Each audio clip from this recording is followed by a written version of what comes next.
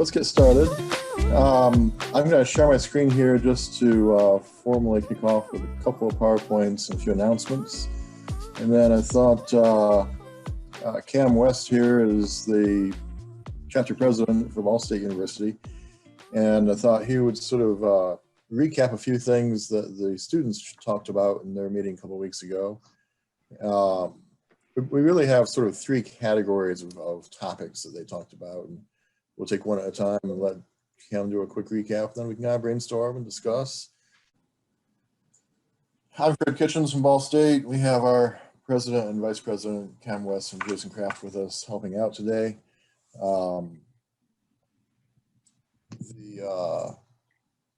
want to point out there's another session this afternoon, which is the Student Organization Awards. This past year, we had 5 winners of what we call the Premier chapter. But we'll talk about the awards this afternoon. This year is particularly important. There's a whole new, if you haven't seen it already, there's a whole new, much simplified application process. Just fill in the blanks on a spreadsheet. It adds up points for you automatically. This year, there's not necessarily any minimum number of points because we know COVID is happening and chapters all over the board in operations. Normally, the model chapter award has a minimum number of points. This year, we're going to relax that and it'll be up to the judges. So submit everything. The spreadsheet still shows all you did or didn't make the minimum, but don't pay any attention to that. There's no minimum necessarily. I mean, you got have meetings, right? But go ahead and apply, and we'll be talking about it this afternoon at 2 o'clock Central Time. And then oops, I'm sorry, there you go. I didn't advance the slide. Student awards, 2 o'clock Central Time this afternoon. Those applications are due April 15th. It's a great way to show your dean that your chapter is doing things and is recognized. Next week, 2 more sessions, the IT job search tips, setting yourself apart and the first 6 months on the job. That's Gary Thomas from Leap Managed IT. I can tell you Gary is super dynamic, super fun, extremely knowledgeable. He volunteers at the Career Center. I don't know how he spends so much time with them and does mock interviews and helps students out. And, I mean, he could talk for 8 hours and you'd be amazed and taking notes the full time about finding jobs and interviewing and that kind of thing. So encourage your students to join that for sure. And then next Friday at 2 o'clock Central Time is sort of a primer for next year's live competitions, going back to similar style that AITP was holding in the past. Mark Grimes will be reviewing the competitions and how to prepare for those. So be sure to have your students sign in there. And next year we are live again. We've missed 2 years of live meetings, conferences. We're back in San Antonio, which is where we were in 2018, I believe. And if I know many of the chapter advisors have probably been there, but you have the River Walk with the bars and restaurants and live music. The historic Market Square is just 2/10 of a mile short walk away. And of course, the Alamo in San Antonio. If you haven't seen it yet, we do have a LinkedIn page, which I will stick in the chat in just a second, that link for you. I'll stick it in the chat, Fred. Okay, thank you. Go ahead and sign up for the LinkedIn. Just click to join. I believe it's still moderated, so you might have to be approved, but we'll do that real quick. That's where we're just going to store any new announcements, anything going on, updates about the upcoming conferences, that kind of thing. Much easier to update that than it is other methods, and emails and things. So today, we thought we'd talk about the same 3 topics: recruitment, meeting structure, and developing a sense of community. Same 3 topics the students talked about, and then any other topics that advisors might be thinking on a bigger scale or longer term. And then we'll conclude with some next steps. So let me stop sharing at this point, if I can figure out how to do that. There we go.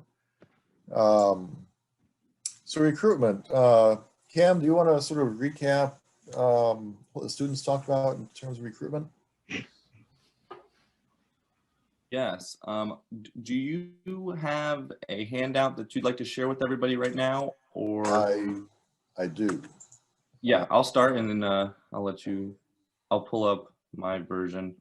So hi everyone, thank you so much for joining. As Fred was talking about, we had it was an officers meeting. So it was students from chapters across the country to kind of share what's been working or not been working for their chapters. And it was a really, really awesome opportunity to kind of get some perspective from other schools. And I can also put up the background that I used at this meeting so you guys can kind of see. I think it should be there now. So we went through, like Fred said, we went through recruitment practices, meeting structure, and then another thing that we touched on that I did not plan on it, but it was really awesome. I'm glad some other chapter leaders brought up, what can we do to make members feel connected to the organizations, especially during a time of COVID and with the pandemic and, a lot of schools being remote. And so in terms of recruitment practices, one thing that I noticed that we do here at Ball State and a lot of other successful chapters are doing is maximizing their outreach in terms of email. I don't think there's ever been a time like now when students are checking their emails.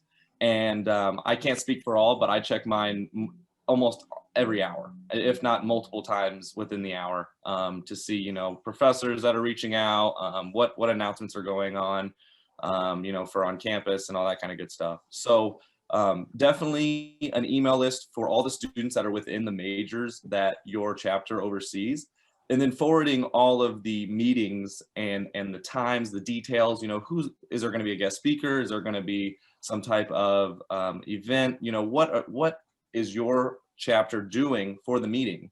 And then forwarding that to all of the majors. So for here at Ball State, it's computer information systems is the main one, with also computer science, computer technology, some of the other technical computer fields. And another thing that was touched on is that check with the advisors that are talking to like the freshman students to see if they can help out and further promote the chapter.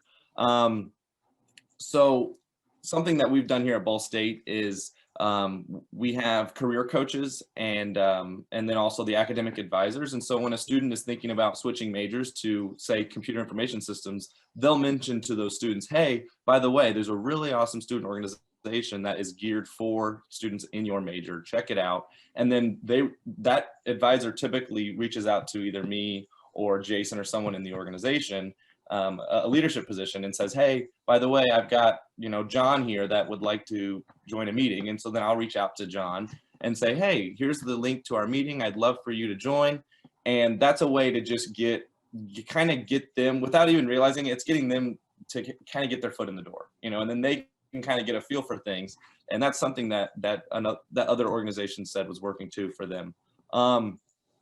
Another thing that we talked about is having something like a LinkedIn group or a Facebook page for your group, so that it's a way that you can have access to not only your current members, but also here at Ball State, our AITP Facebook page connects current members with alumni.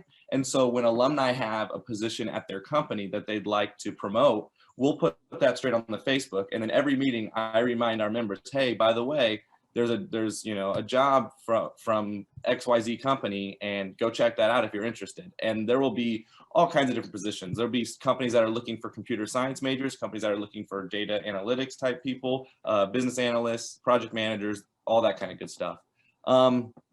So another thing, and I think in the chat now, yeah, so Fred sent the meeting notes, and I'm gonna actually pop over to that to make sure that I'm going off of the ones that you guys are looking at, because mine was a little different, I think. If I can get this to pop up. Green, uh-oh, didn't like that. Sorry. So a really awesome way to get students just to check it out, I think is also by, and something that other people touched on, is by the professors in and the advisors in the said classes that oversee the majors. And that's something that Hayden touched on too. Hayden's in this, he was there for our meeting, and it was a really, really awesome way that he mentioned for their curriculum and their student organization are intertwined. And so pretty much the students that are majoring in those, like, for us, it's computer information systems. Those students that are in those majors, they don't really, I mean, they have the choice, obviously, but it's highly recommended that they join the student organizations. And that's something that I think another way to get students involved. And then also talking to those freshman classes. And then, like I said, working closely with the professors. And then something that I know some of the Texas chapters mentioned is partnering with companies that are offering internships and scholarships through the organization. So posting those internships, like I said, on like the Facebook pages or in emails about the companies that they're partnered with. And then another thing was, I heard that alumni have become professors, and so they're helping with recruiting. So that's something that advisors can do. You know, is if you have a prominent outreach to students, you know, make sure to recruit or to promote your chapters. Going on to, one last point I want to touch on is really promoting that professional growth and development has helped draw in members at certain organizations. Focusing on how past students got jobs from the student organizations and how that network, you know, the people that they connected with helped them to get those internships and jobs was really really helped for, you know, getting those students to join. So in terms of meeting structures, we talked about what is or what isn't working. For us, meetings this year. Hey, Cam, yeah. Why don't we stop there and talk, let the group talk about recruitment before we move on to the other areas. So any other comments or insight about recruitment? Any ideas anybody has? Anything that worked or didn't work? Didn't work is just as important as worked. My student group, this is Mary Bolden Grimes. I'm from Gateway Technical College. My group put together a Discord server also, so that they can find more students. And quite honestly, the students found us through the Discord server. So that's helped quite a bit. It's been difficult with us being on, we've been online now for over a year, and our student club has actually grown.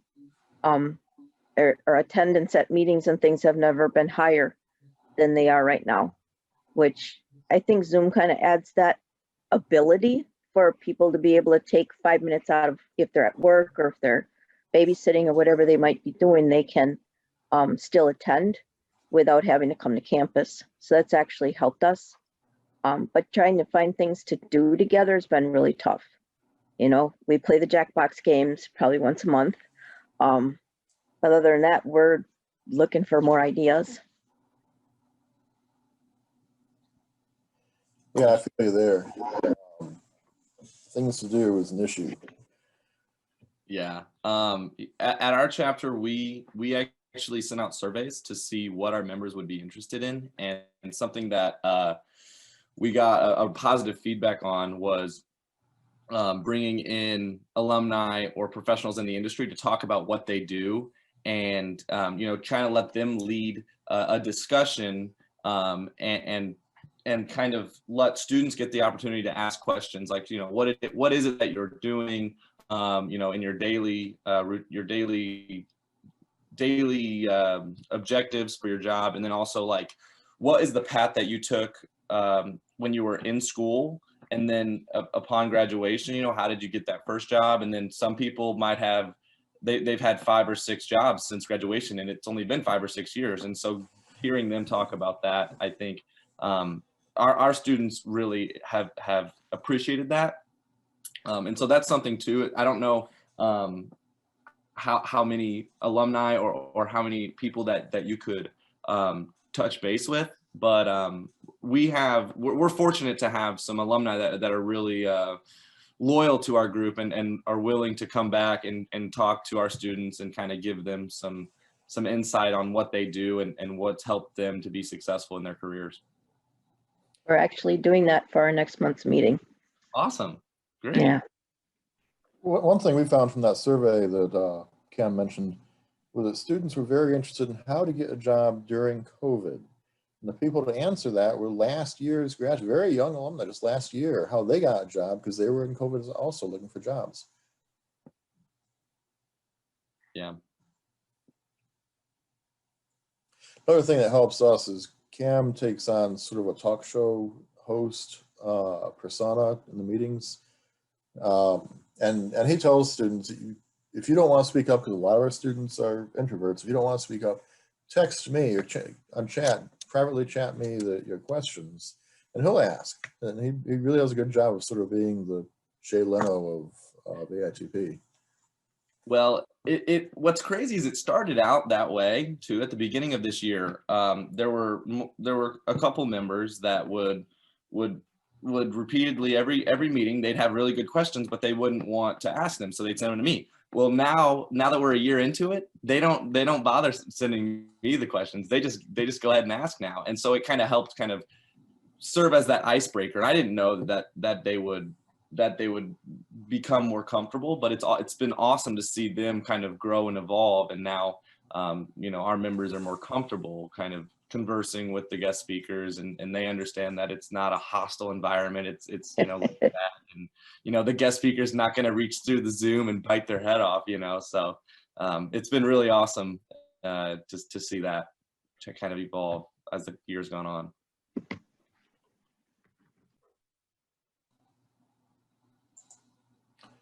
So other ideas,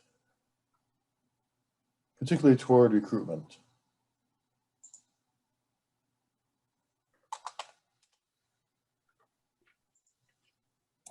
I think I'll speak towards some changes that we've recently made, but we actually just wrote a what's it called? A newsletter that goes out to the College of Business, kind of advertising, the philosophy behind some of the changes that we've recently made. And I think especially at Missouri State, I've done a lot of programming outside of AITP. So I had a job where I planned leadership programs. I was the president of my fraternity. I've done a ton of stuff, and everything I've realized in all of these positions is that students hate being told what to do, and they don't really want to do anything that they don't want to do, right? And so kind of my approach to ABITS is I kind of took over, sorry, AITP, our name is ABITS, excuse me, but to AITP is we just kind of let the students, we just give them a lot of independence. So we don't tell you, you have to do this. We don't tell you, you have to do that. We just kind of say, tell us what you can do, and we'll provide the resources for you to accomplish that. So we let them establish their own goals for their career, for their academics, and then we let them seek those out through the resources that we provide. So we're not down their throats saying, you have to be here, you have to join this, you have to, it's, if you want to have an upper hand in your career development, come join us. We have a ton of resources, and you can kind of do it at your own time, at your own pace. And that really helps us. I would say at every meeting, we have a pretty nice variety of our members. Dr. Guo, I don't know how many exact members we have. I think we're at like 70, 80, something like that. What are we at?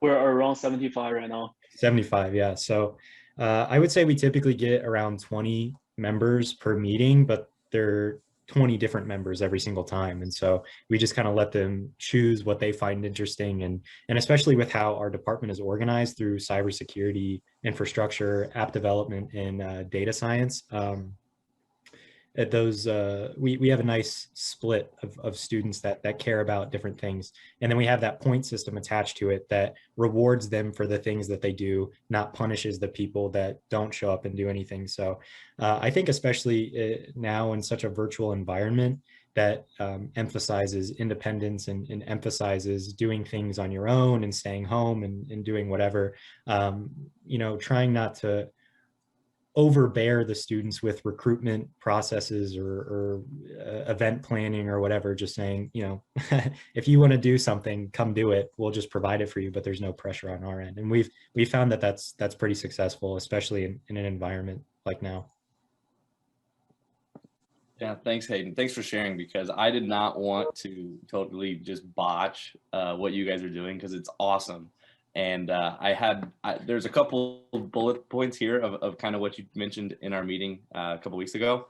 But yeah, and to speak to that, at Ball State, I've noticed that we'll have different, like when we have a guest speaker come in, if we have a more technical speaker come in, then I notice the more technical students will join. And then if we have like a project manager, someone who likes to work with people, then those people that are looking to pursue more project management roles, they'll be. And so it's kind of similar to what you're talking about, I think, Hayden, where people have kind of started to filter out the meetings that they think won't be all that, it won't impact them as much as others. And then they're able to kind of prioritize which meetings they want to come to. Well, I just think kind of speaking further onto that, I think the IT and computer information systems, hopefully there's no one else in other departments here, but I kind of think it's the most difficult subject of any sort of college of business. So it's very technical. It's not, you really have to know your stuff in order to, you know, get through an information systems department. So there's already a lot of stress and a lot of pressure that comes along with academics staying up with that. So my mentality is, why would I make them feel more pressure for something that they're volunteering to do? Like, they're not getting paid for this. They're not. So let's make it more convenient for the students to get more experience, not try to center the students' activity to benefit the organization, but use the organization to benefit the students' activity, if that makes sense. Oh yeah. Oh yeah. And you also mentioned that there's times whenever students will reach out to other members in your organization for like homework help and for, you know, different type. Yeah. So we one of our toughest classes in our department is I believe it's called database development with Oracle or something like that. And so it's a lot of PL SQL. And I actually had I had a student email me. He's like, hey, I can't figure this out. So I sent him a Zoom link, and him and I figured it out within like the hour. And then in class the next day, I wrote down my email and I said, hey, if anyone wants to join a study group. And I think we have 5 or 6 students in our study group right now. So and that all happened because we're in the same organization. So it's more just, you know, reach out, do your own thing, kind of feel free. You're just in your own community to benefit from your own thing. That's kind of what we're doing. Yeah. Awesome. So I'm on the faculty of the University of Houston. I don't know if any of my students are here, but our student organization has a kind of a formal structure around that, where each of our core classes has like a learning officer that's assigned to that, and they arrange on a weekly or bi-weekly, something like that, kind of study sessions and make sure that everyone's keeping on top of the homework and the projects and are there to ask and answer questions and things like that. So I think that's a really great suggestion for that type of ad hoc help, but then you can even build some structure around that, and that really keeps students involved and feeling like they're getting value out of the organization. Yeah, something that's we actually do something similar. We call them special interest groups, and we have special interest group instructors. We call them instructors so that they feel more comfortable putting it on their resume. So it's not, you know, but they're students who volunteer within our security, infrastructure development and analytics branches of our department. They're appointed, and they do those similar things. So we have like monthly or bi-weekly meetings where these students host extracurricular, I don't know, I guess activities or information sessions based off the branch of the department that they're instructing. And then we typically, this is something that we just started doing last semester, but we have regular open Zoom meetings that they can join during the week before finals and the week during finals. So If they want to get together with their friends, they have an open AITP Zoom meeting that they can just click onto and then create their own rooms and study for their own things. And so we're going to get that going probably in April or May. So yeah, Awesome. Cool. we found that those things are pretty successful. My students were started doing that last semester. 2 of them wanted to get together to study with each other. So I said, use Zoom. It's right there on AITP. We use Blackboard. So just make yourself a room and go. And it just got to be more and more of a social event, as well as those that wanted to be serious and study. And now they've carried that over onto the Discord server. So I think we have a channel for just about every major that we cover. The students have really been, I pop in and out once in a while just to see what's going on or see who's on. I popped in one day and they're all sharing their different artwork, and another time they're talking about the music that they like. So it's not just IT stuff always, but it's really, and like you were saying earlier, Cam, it's letting those that don't necessarily talk in class, they have a venue now where they can still talk with each other. So they really can share. And Yeah. Discord's really what brought them together more so than Zoom now. But we still have the open Zoom link and whenever they want to use it. Wow, that's awesome. Yeah, that kind of piggybacks on helping members feel connected. That's something that we touched on in our last meeting. And yeah, building that community and they're more than just members of an organization. They become friends, and then it's crazy what happens whenever there's that friendship built. Yep. The magic really starts to happen. Mm-hmm. That's something I try to do too. As the president, I didn't want students to feel like, oh, he's the president, like he's unapproachable. I want to be like, no, I'm just a student just like you, and I'm your friend. And it's crazy because now I've got members texting me like an hour or two before the meeting, hey, I'm in traffic, I'm gonna be 10 minutes late. And it's like, no worries, don't Zoom and drive, we'll see you when you can make it. And they feel more comfortable now to reach out to me and say, hey, I'm or they'll even reach out to me and say, hey, I gotta work tonight, I'm not gonna be able to make the meeting. I'm like, awesome, thank you so much for reaching out. Now I know that you're not just blowing off the meeting. And not that that's I get that things are going to come up, but that communication, it's awesome to see that, because it's going to help not only our members but the whole group to understand, okay, this communication, they'll carry that on professionally once they graduate, and then when they go to work, they'll understand, oh, I'll text my manager and tell them I'm running late for this this project. And so it's really awesome to see that kind of evolve and to see that once they get comfortable, it's awesome. Like I said, it's just where the magic starts to happen. Yeah, and as Cam kind of alluded there, we did install a no zooming and driving policy because people are being killed in accidents when distracted by the video. So we don't want that to happen in the middle of a meeting. Yeah, that's a strict policy that I follow. I do not agree with zooming and driving. I heard a pretty scary story of a manager, or it was a boss of a company that was holding a Zoom session with their employees, and one employee was zooming and driving and then ended up crashing and was killed in the accident. And I don't ever want any of our students to feel like they have to sacrifice driving to be on the Zoom. So that's something that I always recommend. I mentioned this in our chapter officers meeting a couple weeks ago. Just tell those students it's fine, put the phone down, don't worry about it, get to wherever you need to go. If it means you miss the first half of the meeting, if you're stuck in traffic and you miss the whole meeting, then that's fine. I mean, I had a couple people join the chapter officers meeting, and one person was parked, so they were good. And then one person was in like stop and go traffic. And so I was like, I don't know how I feel about this. And so, but they were right around the corner from their house, and they insisted that they were good. So it's just something that I've kind of,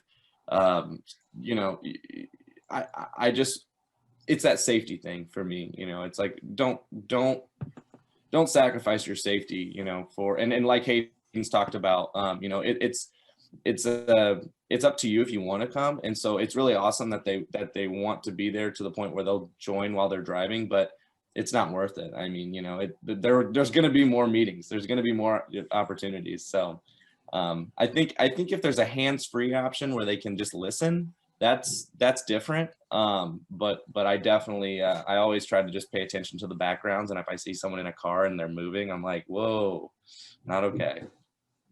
I think we've sort of strayed away from the recruiting into meetings. Why don't we just go ahead and move into meetings? Cam, if you want to briefly summarize some of the main points. Yeah. Hey, can I say something real quick? Yes, please. I'm a new advisor, and I replaced Karen Patton, who's been the advisor at University of South Carolina for a while.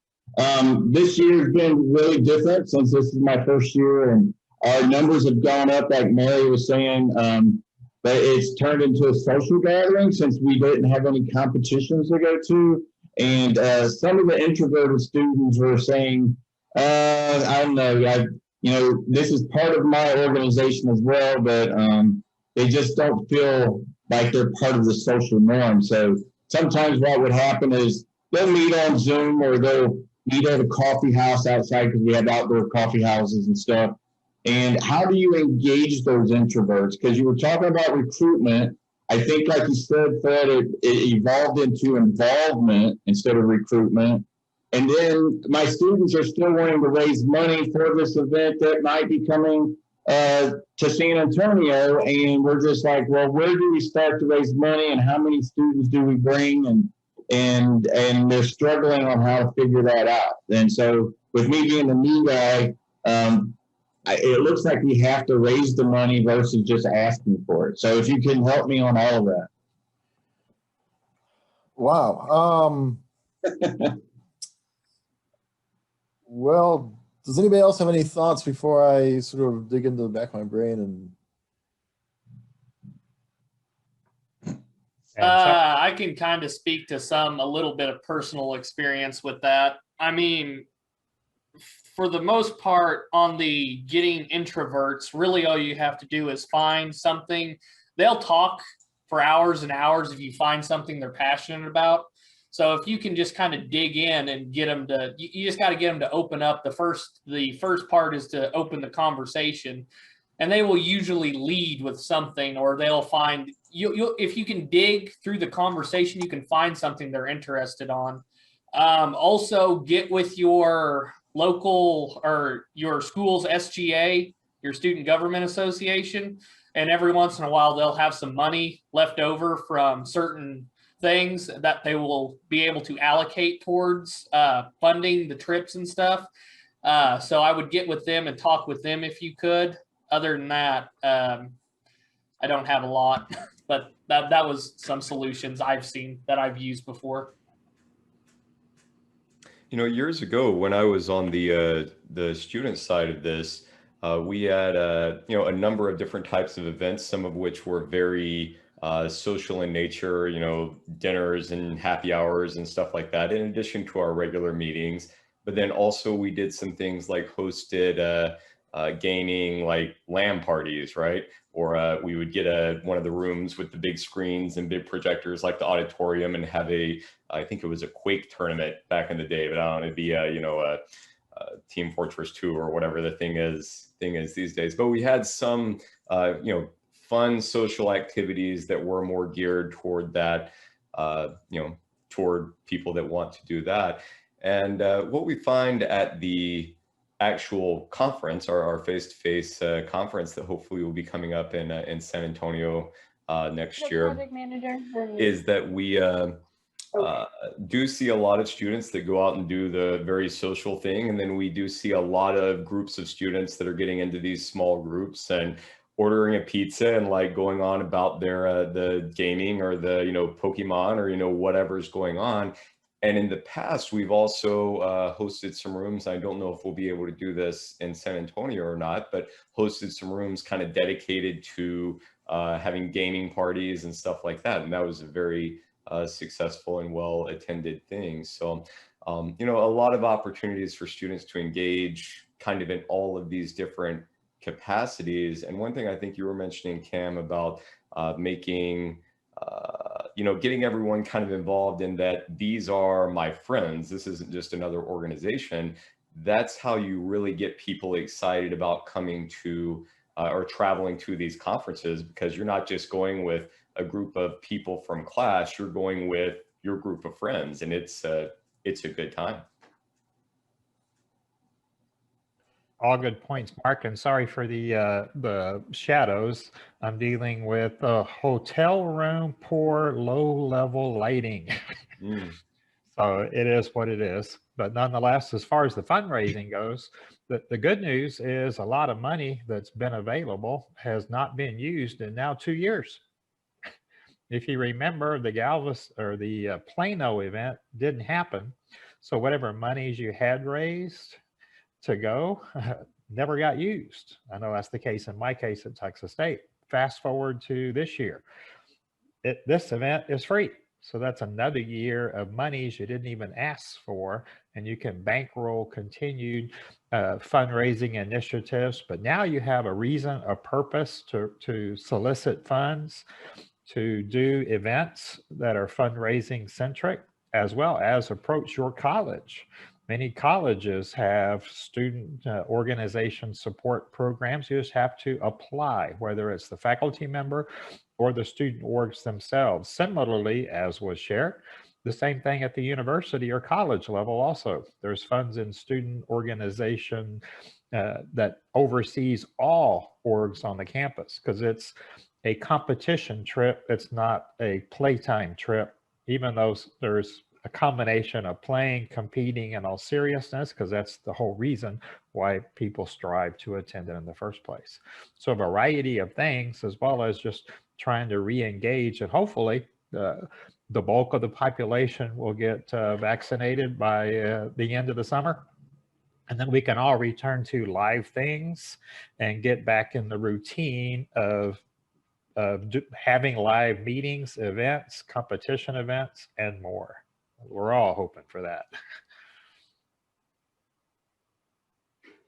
Yeah, I've always found, as far as helping students make those connections, those friendships, if I could find any technology-related event in Indianapolis, which is about 45 minutes away, and it's like pulling teeth, but if you can get them to fill a van, by the time they get home, after spending, hour and a half or so in the car with each other, they're friends. They want to go out again next week.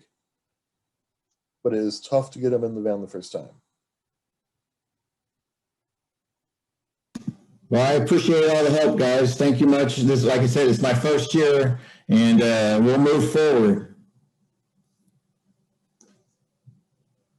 Great. Other thoughts on meetings? Structures, events? Does anybody I want to add something. Yes. I'm Sean Guo from Middle State University. And then one thing we did different was, you already met my president chapter, Hayden, but one thing we did different was we found out a lot of students have their jobs, and then the reason they cannot make two meetings is because they work overtime. So to accommodate that, what we did was we record all of our Zoom meetings with permission, of course, from our speakers. And then we're utilizing the learning management system we already have. So that solves two problems. One is you provide flexibility to the student members. You cannot make meetings, you can still review the recording. And two, since we're putting those things on Blackboard, we had a Blackboard community site, then it gave us a mechanism to check who reviewed what at what time, and then give all the metadata and everything else.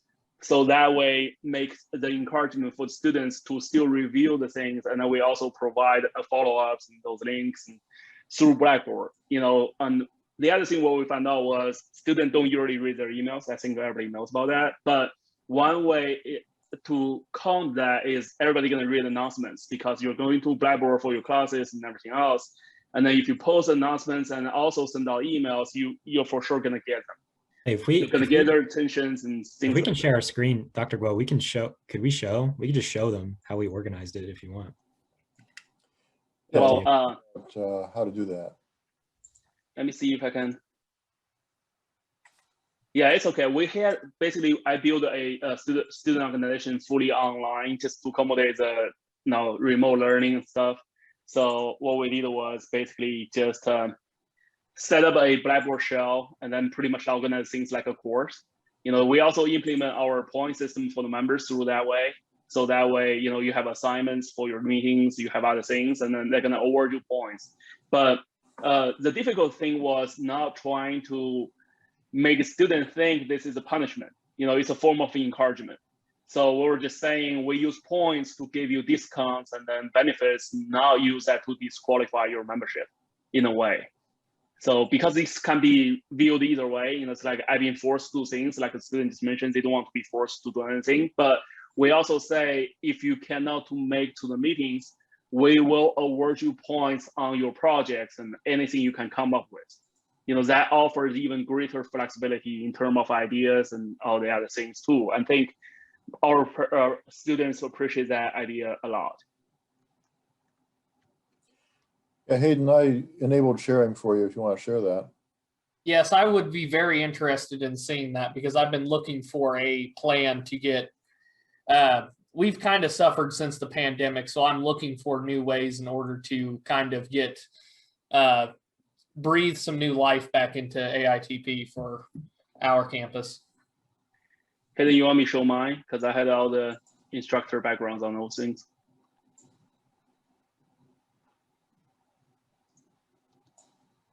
Sure. Sorry, I'm a disaster right now. I can't get my stuff together. All the options and stuff are in the way, so I'm trying to figure out how to. No, if you just you stop on the sharing, spot, I can do that mine over here, so that's fine. Whoops. Okay, hold on. All right, now we're good. All right. So just go to Blackboard. And then so up here are all my courses. So if I want to access all my stuff, and then right here we have my organizations. If I just click on this, all of our announcements are immediately right here. And then on this tab, we have all of our upcoming events. So eFactory is a local, what's it called? They help small businesses get started, and ConocoPhillips, we're huge with them. We partner with them a lot. Jack Henry, and then also Coke, we partner with them a lot. New members, so, oh, please don't play that. And then, so for new members, if they need any sort of information, they just come to this page and it has everything for here. Our bylaws and our point system. So if you want to know any information about our point system, here are our guidelines. Here's our constitution. And then if you do something that's not addressed in the point system guidelines, you can apply for additional points. And then Dr. Guo and I approve those, but I mean, we're not trying to restrict anyone. So, and then application for change in required points. So we have a set baseline of if you can, it's basically like 40 to 50% of all of our events. But if you say, you have to work or you have to do these things, you can click this link and say, I can't make the baseline of points, but I can do 60 points. And we'll say, okay, if you can make 60 points by the end of the semester, we'll give you this, or we'll consider this, or whatever it may be. Resources, SharePoint. So all of our academic and career resources, I guess, we put them on our SharePoint site. So if you want to do extra security stuff, if you want to learn about certain hacking tools, or if you want to see maybe like some machine learning stuff, we have all of our sections and how our department is divided on our SharePoint. And then just, some more general stuff down here, just for students to check out if they're interested. Hiring information. So if anyone has a lot of local businesses or businesses in Springfield reach out to us and say, we're looking for these positions, could you send this out to your members? And we say, yeah. So we advertise them on here. And then our special interest groups are all down here. We should have an infrastructure one. I thought we had 4, but, and then down here, collaborate, so they can make their own groups and everything like that. They can just join in, start a session, and then other people can join in. And then my points, I only have 10, oof, but so we'll automatically update their points, almost like a grade. So we'll have the meeting or whatever event it was, and then the number of points, and then it tallies their total number of points up here. So, but I'm the president, so I've oh, shoot. Am I out of the meeting? No. Oh, there we go. Hold on. Sorry. It's not letting me. Can someone here we go. My bad. Sorry. It was kind of disastrous, but so that's the general layout of our Blackboard site. We used to have everything on SharePoint, but what we found was that people don't get on SharePoint or any of the Microsoft tools. So we just thought, what if we, you know, just put it where they always go. They go look at their class stuff every day. So let's just put all their organization stuff there too. And it's worked like a charm. So yeah, that's great. That's the stuff I'm looking for. I appreciate that. Thank you. yeah, I'd have to see if we could do that. We use Canvas instead of Blackboard, so I would assume that there's some similar functions available. We could do that. Absolutely. Yeah. I get you an account. Yeah, I really like that. That's awesome how you have that set up, man. We Thank use you. use all, Slack hey, that was all Dr. Glow. It's not me. Yeah. He's the one that set it up. Good job, Dr. Glow. Was...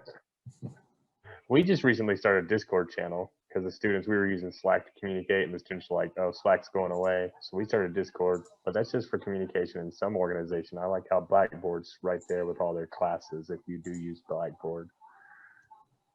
It also help you ease all the management when members graduate, they no longer have access. So you don't worry about, teasing people all in or whatever. And then you can always see on my side, I also have 2 different groups. When people join, I put them into a new member group. And then when the point system is fully in state, and then we're gonna have active members and other groups. So certain resources will be available to active members first or active members only. That way it's an encouragement for members to obtain those points and become active. And then also we'll have consoles, we'll have other things. And so the roles of students will be assigned by the advisor. So through our system, I have sit in and take it, but I wish I had a chance. I used to be able to modify the roles in Blackboard, they took it away, but still it's just 1 ticket away. So every year when we do new elections, I'm gonna move those ECE members, executive council members, to the manager roles, and then they can start managing. And then once they're retired, I move them back to the normal roles. So depending on your role, you see different things as well.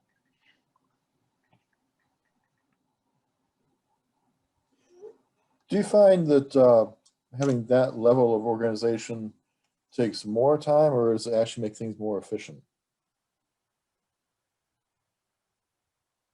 I mean, I'm a firm believer in investment. I mean, it takes a lot of time to set up certain things. I think even getting to the point, because the way that we were structured beforehand was so vastly different. So I became president, I think, like 1.5 years ago, I think. But due to COVID, it's typically a year-long term, but due to COVID, Blake and I, my vice president, we've had to stay in longer. But no, that was the biggest thing I wanted to do when I became president. And we just recently did all this, I think in January or February. So it took us like pretty much about 1 year to get all this done. But to me, it's worth it, even though I'm graduating in May, because it's going to make everything so much easier for people in the long run. So I think the year of all the political stuff and getting, voting through SGA, and then getting all of our members to vote, and then getting approval through the Office of Student Engagement, and then setting up the Blackboard site. And it took quite a bit of work, and then all the meetings with, the executive council, and to discuss how we want to go about this. But I definitely know, it's not even a belief. I know that it's going to help future presidents and future secretaries and future whatever to just stay more engaged. So I definitely think it's worth it. How organized we have become has made everything easier for everyone. Even if it was 1 year of stress on my end or on our end, not my end, excuse me, to figure all this out, it's definitely worth it afterwards. Well, I want to thank everyone. We have some of our members here from Georgia Gwinnett College, and we've had a bit of a rough year. And I've got some really great ideas. I'm sorry I have to go to another meeting at noon, but I wanted to thank Cam and Hayden and Mark and all of you other guys, Lauren, for the great ideas. And I feel a little bit re-energized. And so I want to thank you all. And sorry I have to leave. Thanks, Fred, for inviting us. Absolutely. Bye-bye. Bye.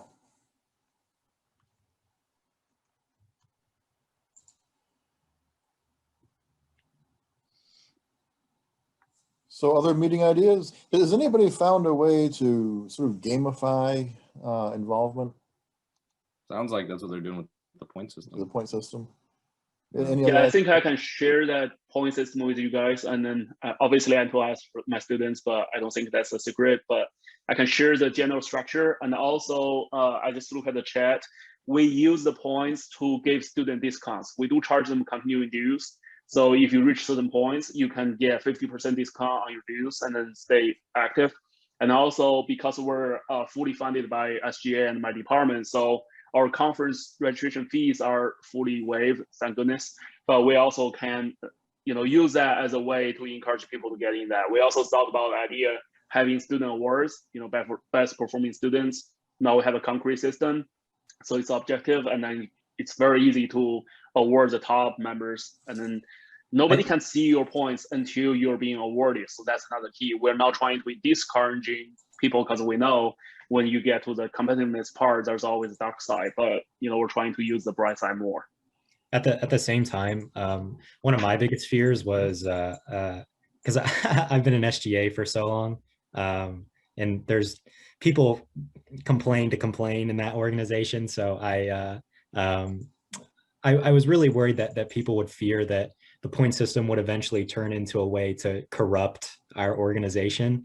So it's super easy to change our required points. It's super easy to change things that you get points for, and it's super easy to change the benefits and like what you get through the point system. It's super easy to do all those things. So if anyone is fearful that people might be taking advantage of the point system to do whatever, we've made it so that the power is in the student's hands. So if a student wants to see something happen with the point system, they do that. And then through, I think, like majority approval, I think it's a majority vote. Yeah. So what if you want any changes, you have to be voted on. So what are some of the benefits of being an active member and gaining more points? Well, right now it's just discounts. I didn't want to go too crazy, so we just decided on discounts. But for future exec boards, if they want to do whatever, it's there. Discounts on what? On what? Our dues. So our first discount on dues. Okay, good. Our first year dues, I believe, are $80, and then every semester after that, it's $40. So if you get a certain amount of points based off our negotiation with each member, if you reach a certain point threshold, you'll get a 25% discount. And then if you reach another point threshold, you get a 50% discount. So theoretically, some students could just be paying $20 a semester to be an active member within our organization. But again, dues and benefits and points and all this stuff can be changed super easily, because I never want to give the impression that we're trying to corrupt something or reap everything. You could create a cryptocurrency wallet address and have all the students mine with their gaming computers and send it to that wallet, and the student who mines the most, that will reduce their dues. Yeah, I'll take 10% off the top too. Yeah. So the organization can grow through crypto. They have gaming computers with good video cards in them. They do. And when they're sleeping. They're not doing anything. Another way to use a point system is to distinguish between active members and inactive members, because we always run into the problem that the majority of your members, and I hate to say this, but there's several people, they want a free ride. They just pay their dues, become a member, and use that name to get on resume and do nothing. So there's a way to discourage that as well, because we do publish our resume books and things like that. So your status will be tied into that. And also another way to do this is you have to be an active member to be able to access all the recording of the meetings, right? So, you have to become active, then you get the benefit of reviewing the meeting on a more flexible basis on those things. That's brilliant. That's brilliant. Yeah, that's something that we were struggling with, because even though we had the recordings from our meetings, we were hesitant to send them out to everybody, because it was like, is this going to discourage anyone from showing up? Because they'll know, oh, I'm just going to get the recording. But if you incentivize that, say, hey, you've got to be an active member to get the recording, then I see. Okay, that makes sense. Yeah, you be active, you get access to a recording, and after you review the recording, you get points back. Yeah, so it's kind of like review that in Blackboard, right? You can review that in Blackboard with VidGrid or whatever. On Blackboard, you had a track views, and then they gave me a really nice report who viewed that what and how many times. So it's really nice. Fantastic idea. Yeah, that is so great. Thank you for sharing. Do you Awesome. find the graduating seniors get disincentivized if they're not going to get the discount the following semester after they graduate?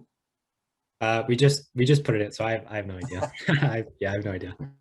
And maybe some other reward they could get as well. Yeah. Right. Normally I think normally the graduating seniors, they're just excited about the graduation and things like that. They would pay more to stay in the organization, I hope. But we also have events in order to help them as well. So when the USITCC was now in session, we have our own local virtual competitions to engage all student members. I would love to extend the invitation to all of you guys. Now we have sponsors from Koch, ConocoPhillips, and then from our local companies as well. So that's something we can look into, probably carry on the tradition in the virtual sense. We tried that last year, it worked out pretty well. So that's just another thing to be solved. Cool. Great. So I wanted to mention, Kevin mentioned a couple things in the chat. So at Texas State, he said it points translates to reduced, if not free, conference registration fees and trip costs because they're sponsored by the organization and the department. And then he also said for graduating seniors, we still give cords and stoles for officers, but only with active participation and involvement. And then Anthony Dillon seconded that, saying that we also give graduation cords for those who are involved in AITP as active participants. So for those of you that haven't checked the chat, I don't know about you guys. Sometimes I'll miss a couple 10 or 20 minutes in the chat and I'm like, whoa, I missed that. So I wanted to mention that.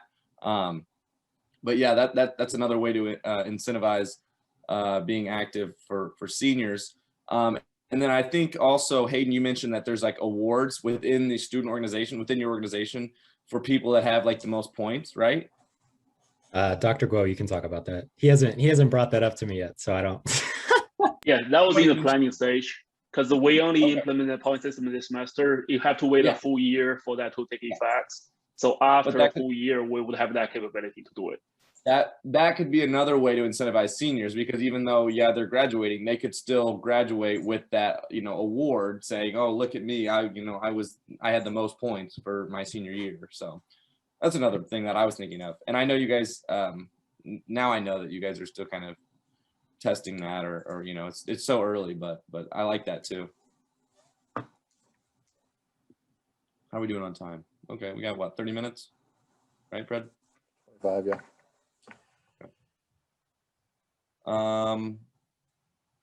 So does anybody else have anything that they want to add? That was some really good stuff. So in terms of ideas, say it again, Fred. Any other fundraising ideas?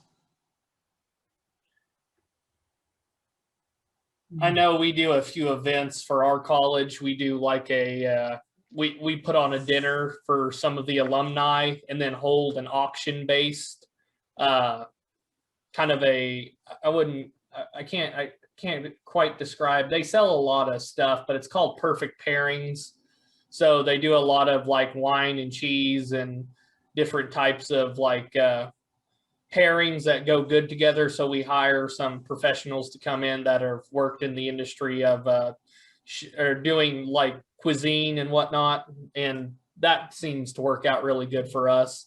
The auction is where we make a lot of money from alumni and whatnot, and also reach out to alumni. They might have a company or something that is willing to give you money. You have a few options. Other than that, events are really good. Reaching out to your local businesses to see if they need help with anything. We did a troubleshooting and computer repair session one time, and we made $500 off that in a day. And that was in a very short time span. That was only about 6 hours. So we did really good off that. But you got options. Depends how many people are willing to give their time and stuff, really. But that's what I've seen to be most effective, is just kind of looking for people that need help and then offering services. Plus, it looks good. It looks good for the community, and it looks like you're reaching out to help. And your community takes notice of that too. And they're more willing to tell other people, hey, we have a really good group of individuals on college campus that are willing to help you and walk you through some things. And sometimes we've been known to help people for free all the time if they just come in at a certain time, especially if we're bored. Some days we're just bored and we're just looking for something to do. So that's a good way. Pre-pandemic, we used to hold what we call PC clinics for the community once a month. And that's our major fundraiser, when all that got shut down a year ago. So we're kind of hurting right now for funds, except for the ones we didn't spend last year to go to USITCC. But yeah, we're looking for more ways to raise money. The community is emailing me like daily, when's the next clinic? When's the next clinic? And school won't let us have them right now. So we're kind of out of luck. And we were planning also, I think it's on Fridays, the students decided that we can have walk-in Fridays or walk-in Wednesdays, whatever, where people can just come on to our tech floor, because they built us a new wing on our Racine campus. There's an entryway right on our level. So community can actually literally just walk in the door and walk right into us and hopefully get some help. And everything's donation based. So yeah, sometimes, we take whatever they give us. We've had people give us $100 for wiping viruses off of their computer.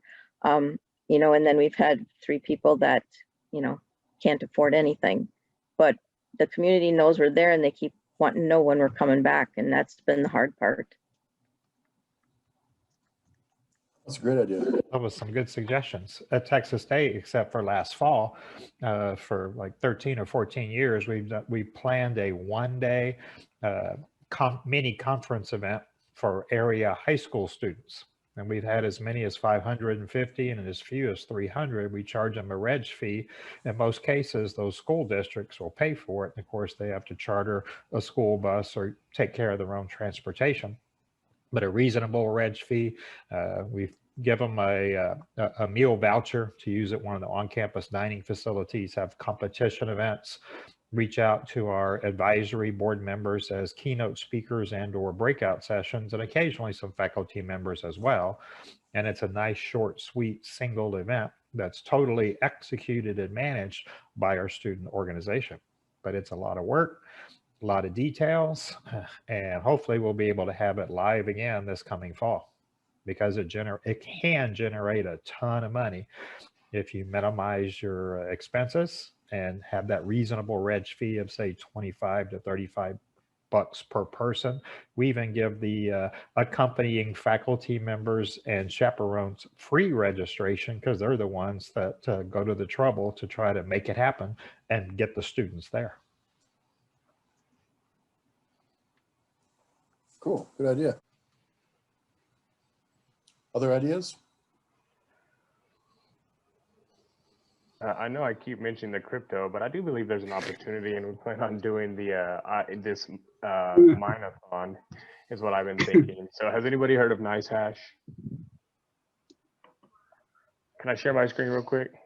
Sure. Thanks. Okay, so NiceHash, nicehash.com. You have, it's basically a simple crypto mining.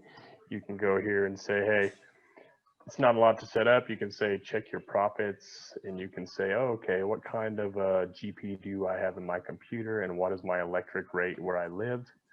And I can say, well, I don't recommend using CPUs, you can, but whatever GPU you have, let's get to some NVIDIA stuff. So I have a GTX 1660 in my computer, and it's 10 cents a kilowatt hour. I can generate $2 a day if I run it for 24 hours. So I've been running some for the last couple of days on my own, and I've got my kids' computers doing it while they're at school and while they're sleeping, so they can do it about 17-hour a day. I've got 3 active rigs, and it's just download it and start it. You have a wallet address that it creates for you. They can go straight to that wallet, and you mine Ethereum, and then they pay you in Bitcoin, and it goes straight to that wallet, and you can transfer that directly to Coinbase or other wallets. So if you look at the rigs, I think just yesterday I made, since yesterday I've made $7 on my 3 rigs. And so if you were to think of like a walkathon or some kind of a thon, where people dedicate and you teach them how to, you know, what this is all about and how they can do it for themselves. But for a 24-hour period or a 48-hour period, you have 100 people dedicate their rigs and they use your wallet address. Here's my mining address. I say, hey, in your miner today, put my wallet address in for the next 48 hours. That's our organization's wallet. Then 100 people will then mine for you. And then maybe you could have 100 times what I got yesterday. You know what I'm saying? I really like that. And it's something that people have the resource. It's very little work. You just download the miner and click mine, and you put a wallet address in there. And they can give it a special name. They can name their miner. I named my kids Shadow Miner and Kirby Miner. Then I have just this miner that I'm using on another computer. And this is a GTX 1080. It's an older video card, and it's mining $2 a day. How much electricity does that consume? Like, I have a kilowatt meter on mine. So these type of meters here is how you can monitor how much is running. They're like $30, $25. I ordered a couple of smart ones, and you plug it in line with your computer. It'll tell you how many kilowatt hours you're using in a day. It's about mine's is making about $2 a day, cost me about 40 cents a day. So and I think this takes into profit and stuff like that. But whenever you look at that, it is profit when you look at the metric of how much you can make. So I think it'd be a fun way, and it's very techy. So it's some people and all of our students would love it, and other people would be like, what the heck is that? I've only heard about Bitcoin and whatever. They didn't know they could mine it from their gaming computer at home. And people can dedicate their CPUs too. You only get like 40 cents a day for some CPUs. But the deal is they're paying the electricity too. So it's going to be all profit for the organization is what I'm trying to say. Will it run in the background while you're also doing your homework? You can, but I can, if you notice, I can go to, I would have to drop it down from high to low power mode. Okay. So yeah, if somebody wanted to just let it run in the background, those GPUs can run. I think I have an example if I can log into my son's computer here.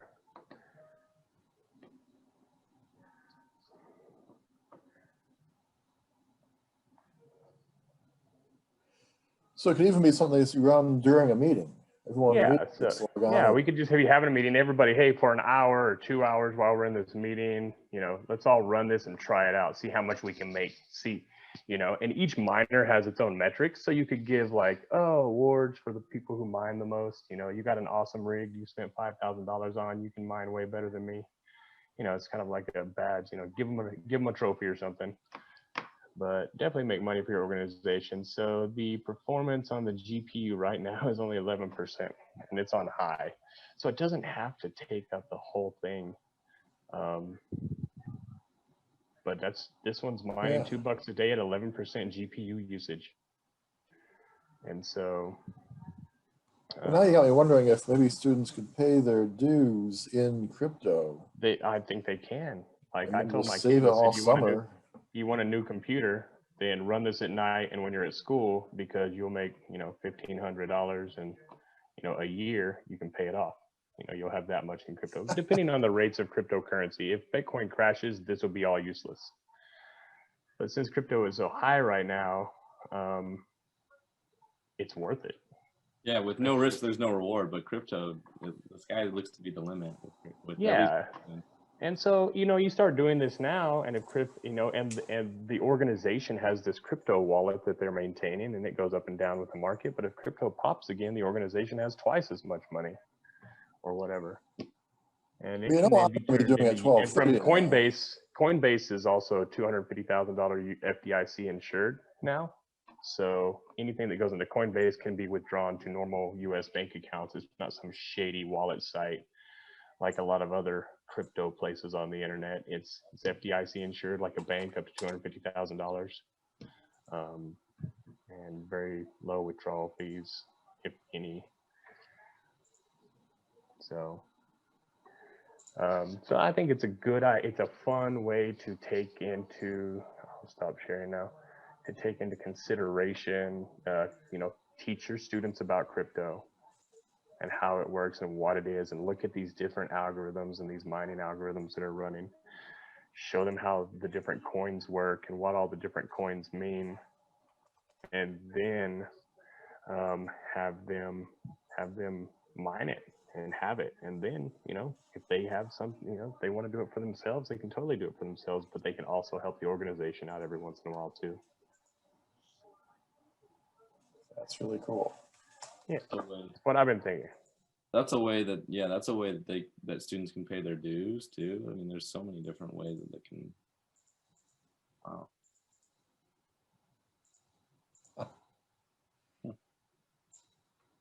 Okay. I think the last category we're going to talk about was helping students feel connected. We've kind of discussed that off and on. Any other new ideas in that area?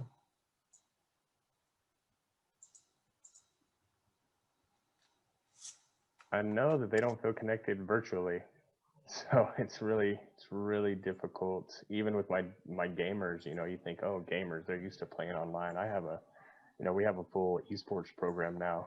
I had 100 students sign up in the fall, and only like 6 of them would show up to the room, even though it was socially distanced, and even fewer would communicate on our Discord channel and actually play with each other. So the interest is there, but they're definitely disconnected virtually, even if it's, you know, they're used to a virtual setting. I think it's going to be real hard until we can come together somehow, even if it is socially distanced and at lower, you know, try to do in-person things that are still kind of reasonable. Yeah, we started the year back in the fall telling everyone just log on 15 minutes early to the meeting. And we had some really nice little chit chat and social engagement there for 15 minutes. It started to die out recently. People aren't doing it as much, but I think it does help tremendously with new students. First time, just log on and say hello and make a friend. I will add, people don't like showing their videos, you know, and I think videos help with that face-to-face interaction. Yeah, that's something that I don't force them to join with their video, but it's a standard that I've just subtly kind of enforced, where we've got, I don't know the exact number, but it's like 80 or 90% of our members at noon. Now, don't get me wrong, we're a smaller chapter here at Ball State. We're not as big as like Hayden's chapter in Missouri, but it's something where I think 80 to 90% of our members that join with video, just because it's kind of that, once they see, oh, everyone else is doing it, and it's like, oh, plus when we have a guest speaker come in, it's like I think that they realize if they want to build that connection, then it's good to have their video on. And then another thing is we always recommend, and obviously I start out the meeting, I always ask the guest speaker if it's okay with them if we connect with them like via LinkedIn. And so now our members are starting to not only connect with our guest speakers if they're okay with it, they're connecting with them, and then they're reaching out after the meeting and connecting and saying, hey, you know, I heard about this internship opportunity that your company has, or hey, would you mind doing a practice interview with me? You know, and so that's one way that we've kind of helped kind of members feel more connected, not only with other members, but then with like the guest speakers that are coming in. And then that way, whenever they have job or internship opportunities at their companies, they've got this connection built, whether it's LinkedIn or if they reach out to them directly.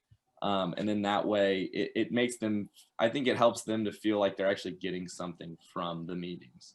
And that's something that we've done. Jason, I know that that's something that you did too, right? You reached out to some of the, and like I said earlier, you know, when members are seeing, okay, this person is in the field that I want to go into. Like we had a guy that came in that was doing, that works with cloud architecture. And then we had a member that wants to do cloud architecture. And so he reached out to him, you know, and then they could create this kind of, this network so that they're able to kind of, the student member is able to ask questions or just get more information, and then just kind of has blossomed from there. Fred, I don't know if you wanted to say something. No, I'm. Oh, okay. But I was going to go ahead. No, you're fine.